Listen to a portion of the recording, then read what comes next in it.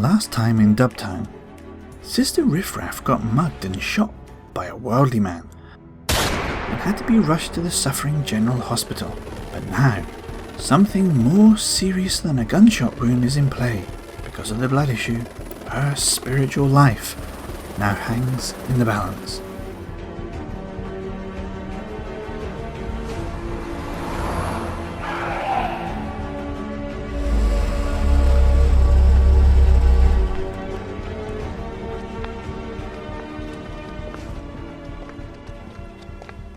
So we must stop the bleeding and find that bullet. She's lost significant amounts of blood. We're going to need 4 units of O-neg stat. Yes, Doctor. Staff announcement. Incoming patients with bloaty head. Patients are reminded not to die in the corridors. Hello, brother. We are with the HLC. We are right sorry to hear what happened to your dear wife. Yeah. Tell us, does she have an up-to-date blood card? No, we got new cards tonight. We were going to fill them in at the next meeting. Oh dear, oh dear, oh dear. Oh dear, yes, oh dear, oh dear. Well, we always carry a supply with us. Perhaps we could get her to sign one now. Yeah, where is your wife? Don't want her to be blood guilty, do ya? They took her straight into surgery when they arrived. Or did she at least have her own blood card with her? Well, no. It was stolen with the purse. Have you at least told the doctors that you is a Jehovah's Witness? I've just arrived.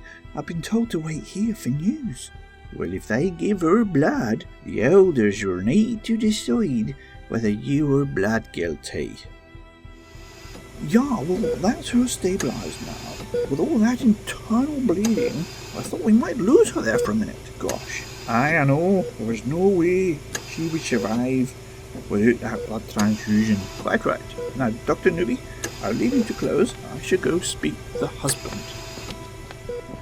Dr. Jekyll to psychiatry, please. Ah, Mr. Riffraff. Yeah, it's nice to meet you. Now, let me tell you, your wife is stable, although she has lost a considerable amount of blood. Ah, did you give her blood, did you? I'm sorry, who are you? We are the HLC. We are Watchtower agents, here to enforce the religion's blood law. Now, we are here to provide spiritual help to our dear brother and sister at this difficult time. Yeah, we are here to tell you doctors how you should practice medicine. Perhaps we should see if we can go see if your wife is in recovery.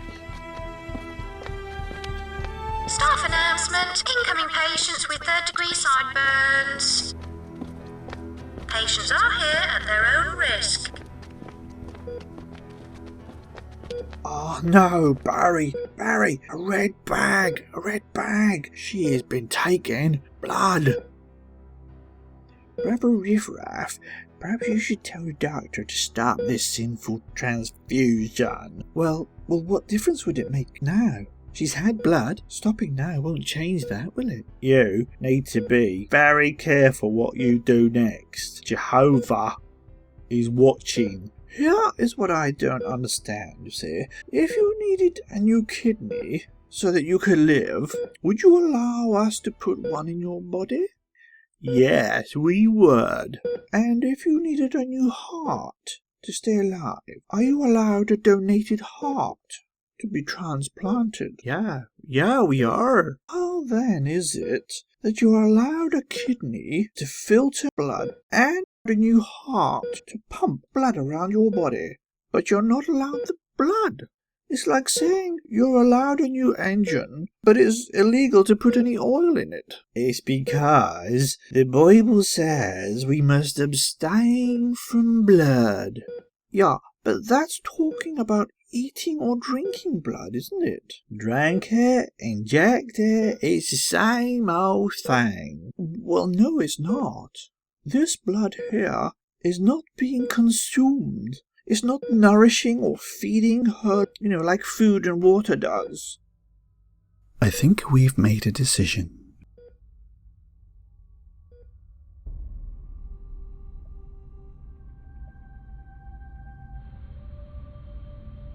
Right, thanks for waiting outside.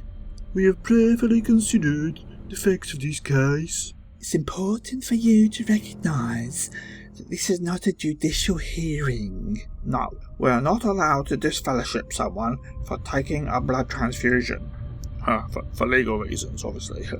But by your actions and motives, we must decide whether you have in fact disassociated yourselves or not. Regarding Sister Riffraff, we find that although you took blood, you were unconscious, so couldn't really do anything to stop it. Although you do bear some blood guilt for not having your hospital records up to date. And so will no longer qualify as a pioneer. As for you, Brother Riffraff, as head of your house, you bear a greater accountability. Yes, and your actions at the hospital showed gross disloyalty. You should have ripped that bloodline out of her arm as soon as you learned she was receiving blood. You have, by your actions, disassociated yourself, and as such, you have no right to appeal. This judgment is final. So, Mr. Riffraff, we ask you to leave the room now so we can pray with your wife. No. Where he goes, I go. If you're kicking him out, you're kicking me out too. Call yourselves shepherds? Where is the love and where's the mercy?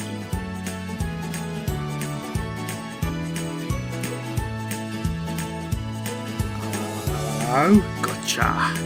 You're nicked, sunshine.